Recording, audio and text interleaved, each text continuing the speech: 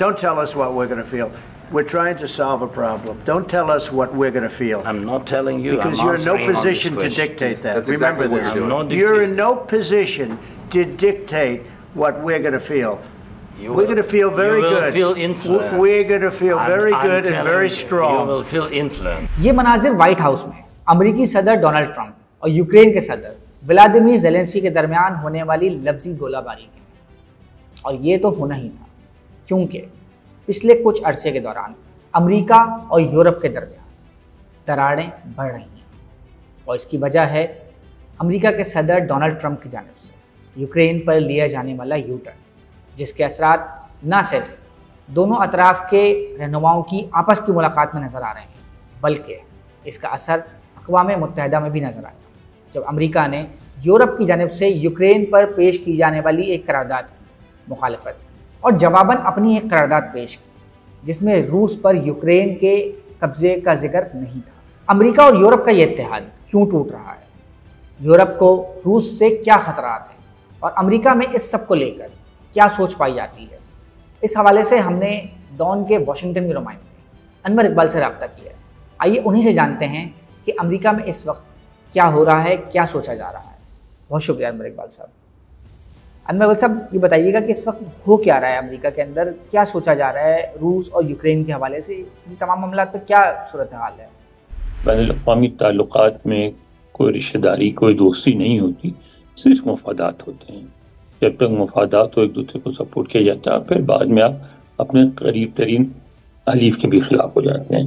صدر ٹرمپ جو ہیں وہ ایک خاص ایجنڈے کے ساتھ آئے ہیں، اور وہ ایجنڈا بار بار اپنے پورے الیکشن کیمپین میں انہوں نے اناؤنس کیا، اور وہ ایجنڈا ہے ایک جملے میں کہ میک امریکہ گریٹ اگین۔ ان کا کہنا ہے کہ امریکہ جو ہے، امریکہ میں کہا جاتا ہے، صرف ان کا نہیں کہنا ہے، امریکہ میں کہا جاتا ہے کہ 1980 اور 90s کا جو دور تھا وہ امریکہ کا سنہری دور تھا، جس میں امریکہ دنیا پہ نہ صرف سیاسی طور پہ معاشی طور پہ بھی ساری دنیا کو ڈومینیٹ کر رہا تھا۔ اس کے بعد گزشتہ 20 برسوں میں امریکہ کو مختلف خطوں میں مختلف قسم کے چیلنجز کا سامنا کرنا پڑ رہا ہے، اور آپ دیکھیں اب ویسے ہی ہو رہا ہے۔ اس وقت امریکہ کو جو سب سے زیادہ چیلنج آ رہا ہے وہ چائنا کی طرف سے آ رہا ہے، اور ابھی تک تو گرچہ وہ امریکہ کو دیگر میدانوں میں چیلنج نہیں کرتا، صرف معیشت میں ہی اس کو چیلنج کرتا ہے، لیکن کہا جاتا ہے کہ اگر وہ چاہے تو ایسا کر سکتا ہے۔ تیسری قوت ہے بھارت کی۔ اس وقت امریکہ بھارت کو چین کے مقابلے میں لا رہا ہے۔ کہا یہ جاتا ہے امریکہ میں کہ اب جو معاشی ایکٹیویٹیز ہیں وہ ساری کی ساری ایشیا میں شفٹ کر جائیں گی، مڈل ایسٹ ہے وہ ترقی کر رہا ہے، ادھر شفٹ کر جائیں گی، اور وہ پہلی جیسی جو ہیجیمنی تھی، جو مکمل کنٹرول تھا ویسٹ کا، وہ نہیں رہے گا۔ تو اس میں یورپ بھی اور امریکہ بھی اپنی جگہ بنانے کی کوشش کر رہے ہیں۔ اچھا، یورپ میں یہ ہوا ہے کہ یورپ میں بھی اس بات کا احساس ہوا کہ ٹھیک ہے امریکہ سے ہمارا علاقہ اپنی جگہ ہے، لیکن معاشی طور پہ ہمیں اپنی بھی راہیں تلاش کرنی چاہیے، اپنی انگیجمنٹ ایشیا سے بڑھانی چاہیے، اپنا فٹ پرنٹ جو ہے بڑھانا چاہیے۔ آپ دیکھیں کہ کئی یورپین ممالک جو ہیں امریکہ کے منع کرنے کے باوجود کسی نہ کسی طرح ایران سے انوالو رہتے ہیں، لین دین کرتے ہیں، کہ ان کو پتہ ہے کہ ایران کے پاس تیل بھی ہے، ایران ایک مڈل ایسٹ کا بڑا ملک ہے، اور آج نہیں تو کل وہ بھی ایک پرومیننٹ مڈل ایسٹرن پاور بن سکتا ہے، اگر وہ تعلقات رکھنا چاہتے ہیں۔ اسی طرح اور کئی ممالک ہیں جن سے وہ اکثر امریکہ کے معاملات کو بعض موقعوں پر اگنور کر دیتے ہیں۔ تو اس کا جواب ٹرمپ ایڈمنسٹریشن نے یہ ڈھونڈا ہے کہ امریکہ اب بھی دفاعی معاملات میں جاپان کی، یورپ کی مدد کرتا ہے، نہ صرف مدد کرتا ہے بلکہ نیٹو کے سارے اخراجات اٹھاتا ہے۔ امریکی ٹروپس وہاں بیٹھے ہوتے ہیں، جاپان میں امریکی ٹروپس بیٹھے ہیں، تو وہ یہ کہتا ہے کہ ہم یہ سب کچھ کیوں کریں مفت میں؟ اگر تمہیں تحفظ چاہیے، دفاعی تحفظ چاہیے، ہم سے چاہیے، تو اس کے پیسے دو۔ تو انہوں نے کہا کہ یورپ کو کم از کم 5% دے۔ وہ 5% بھی کئی ٹریلین ڈالرز بنیں گے۔ اچھا، اس میں مزے کی بات یہ ہوگا اگر وہ کئی ٹریلین ڈالر بنیں گے، اگر امریکہ کے کہنے پر وہ 5% انہوں نے الگ کر دیا، جو اتنا مشکل نہیں ہوگا، کر لیں گے، لیکن اس کے بعد کیا ہوگا کہ کئی ٹریلین ڈالرز کی ایک نئی دفاعی انڈسٹری بنے گی یورپ میں، جو کہ الٹیمیٹلی صرف اپنے آپ کو سپورٹ نہیں کرے گی، وہ ہتھیار بھیجنا بھی چاہے گی، پیسے بھی بنانا چاہے گی۔ تو امریکہ کو پھر کمپٹیشن آئے گا، یورپ سے آئے گا۔ تو اس بات وہ سمجھتے ہیں ہے امریکی انتظامیہ، موجودہ امریکی انتظامیہ، اور وہ چاہتی ہے کہ کسی طرح اس کو روکے۔ انور اقبال صاحب، آپ کیا سمجھتے ہیں امریکہ جس طرح ابھی ایکٹ کر رہا ہے، جس طرح ڈونلڈ ٹرمپ بیہیو کر رہے ہیں، تو آپ کو کیا لگتا ہے کہ کیا اس طرح وہ دیگر ممالک سے اپنی بات منوا سکتے ہیں؟ میرے خیال میں نہیں۔ میرا خیال یہ ہے کہ صدر ٹرمپ کو 2-3 باتوں کا احساس ہوگا۔ پہلی بات ہے کہ جب آپ سپر پاور ہوتے ہیں تو سپر پاور صرف خوف، ڈر یا دھمکی سے نہیں بنتا کوئی، سپر پاور کو انگیج بھی رہنا پڑتا ہے، اور انگیجمنٹ دونوں قسم کی ہوتی ہے، نیگیٹو بھی پازیٹیو بھی۔ نیگیٹو انگیجمنٹ یہ ہوتی ہے کہ آپ کی فوجی مداخلت کا ڈر ہو، آپ کی قوت کا ڈر ہو، آپ کی معاشی قوت کا ڈر ہو۔ انگیجمنٹ جو پازیٹیو ہوتی ہے یہ ہوتی ہے کہ آپ ان ملکوں میں جاتے ہیں، وہاں انویسٹمنٹ کرتے ہیں، وہاں سپورٹ کرتے ہیں، تو آپ کا امیج بنتا ہے کہ آپ سپر پاور ہیں۔ نہ صرف سپر پاور زبانی جمع خرچ کے لیے ہیں بلکہ آپ دنیا کی مدد بھی کرتے ہیں۔ تو سپر پاور رہنے کے لیے موجودہ دنیا میں، اور خاص طور پہ ایسی دنیا میں جہاں سوشل میڈیا کا اتنا بڑا نیٹ ورک ہو، یہ پازیٹیو انگیجمنٹ بہت ضروری ہے، اس کے بغیر آپ سپر پاور نہیں رہتے۔ دوسری بات یہ ہوتی ہے کہ اس طرح جب آپ مقابلے پہ آتے ہیں تو دوسرے ممالک جو ہوتے ہیں وہ بھی سمجھ جاتے ہیں کہ اب تو یہ مقابلے پہ آ گیا ہے، تو ہماری بقا ہے کہ ہم بھی اپنی حفاظت کے کوئی راستے دیکھیں۔ جیسا اب اگر ایسا ہوا تو یورپ اور امریکہ کے ایشیا کے تعلقات میں اضافہ ہوگا، یورپ اور ایشیا کی تجارت میں اضافہ ہوگا۔ اب امریکہ کا اس کا اثر امریکہ پہ پڑے گا۔ اچھا، امریکہ نے لیٹن امریکہ کو بھی ناراض کرنا شروع کر دیا ہے۔ امریکہ کا نیچرل بیک یارڈ لیٹن امریکہ بنتا ہے اور ہے بھی بہت بڑی تجارت ان سے ہوتی ہے۔ کینیڈا کو بھی ناراض کرنا شروع کر دیا، اس سے بھی بہت بڑی تجارت ہوتی ہے۔ تو اگر آپ کینیڈا کو بھی ناراض کر رہے ہیں، لیٹن امریکہ کو بھی، یورپ کو بھی، ایشیا کو بھی، تو الٹیمیٹلی آپ کتنی جگہوں پہ اپنی افواج بھیجیں گے، کتنی جگہوں پہ جنگیں کریں گے، کتنی جگہوں پہ لڑائیاں کریں گے؟ الٹیمیٹلی یہی ہوگا کہ آپ کو نقصان پہنچنا شروع ہوگا، آپ کے انفلوئنس میں، آپ کے اثرات میں کمی آئے گی، اور آپ جن اخراجات کو بچانے کے لیے کر رہے ہیں وہ اخراجات شاید بڑھ جائیں گے، پھر آپ کو ری انگیج ہونا پڑے گا اور زیادہ خرچ کرنا پڑے گا۔ اچھا، ایک تو پالیسی پر یورپ سے اختلاف کی بات ہے، مگر دوسری طرف ہم دیکھتے ہیں کہ ڈونلڈ ٹرمپ کے قریبی ساتھی ایلون مسک اس سے ایک قدم آگے بڑھ کر باقاعدہ یورپین لیڈرشپ کو تنقید کا نشانہ بنا رہے ہیں، اور ان ممالک میں ایسے رہنماؤں کی حمایت کر رہے ہیں جو امیگریشن مخالف ہیں۔ آپ کیا سمجھتے ہیں، کیا یورپ اس رویے کو برداشت کرے گا؟ ایلون مسک کا ایک بیک گراؤنڈ ہے، وہ ساؤتھ افریقہ کے سفید فام ہیں، ان کے والد صاحب بھی ایسی تنظیموں کے ساتھ منسلک رہے ہیں جو ساؤتھ افریقہ میں خاص قسم کے نظریے کو پروموٹ کرتی تھی۔ آپ کو یاد ہوگا کہ ساؤتھ افریقہ میں جو ہے سفید فام حکومت جب تھی تو وہاں سیاہ فام اکثریت کو کسی قسم کے حقوق نہیں حاصل تھے، اور ان پر بڑا ظلم، ان کے ساتھ بڑی زیادتی ہوتی تھی۔ تو وہ، لیکن اب میں یہ نہیں کہہ رہا ہوں کہ یہ بات ثابت ہو گئی کہ ایلون مسک جو ہیں وہ ریسسٹ ہیں یا نسلی تعصب پہ بلیو کرتے ہیں یا نسلی تعصب کی پالیسیاں بنا رہے ہیں۔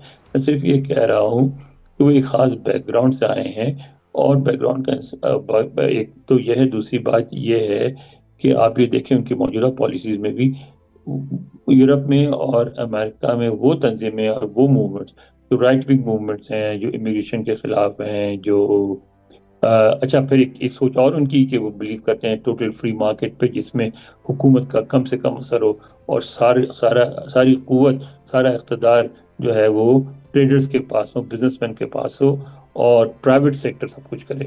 تو یہ دونوں سوچ پہ، پرائیویٹ سیکٹر کی سپریمیسی کو اور پھر سفید فام نسل کی سپریمیسی کو پروموٹ کرنے والے لوگوں کی اور تنظیموں کی حمایت کرتے ہیں ایلون مسک، اور وہ یہ چاہتے ہیں کہ یورپ میں بھی امریکہ کی طرح ایسی حکومتیں آئیں جو صدر ٹرمپ جیسے نظریات رکھتی ہوں اور اس بات پہ بلیو کرتی ہوں کہ جو رولنگ رول ہو کسی بھی ادارے میں، کسی تنظیم میں، کسی گورنمنٹ میں، جو کنٹرولنگ پاور ہو وہ سفید فام افراد کے پاس ہونا چاہیے۔ تو کیا پھر یہ جو میک یورپ گریٹ اگین کا ایک نعرہ ہے، اس کا مقصد کیا ہے؟ کیا وہ اس کا ایک تسلسل ہے؟ دیکھیں نا، ہو کیا رہا ہے یورپ میں، یہ ہے کہ ایک تو بڑی تعداد میں امیگرینٹس آئے ہیں، اس کی پالیٹکس میں انٹرسٹ لے رہے ہیں، بڑے بڑے بزنس مین بن گئے ہیں، وزیر اعظم رہے برطانیہ کے، لنڈن کے میئر ہیں ایک پاکستانی، اسکاٹ لینڈ میں بڑے اہم رہے ہیں پاکستانی اور انڈین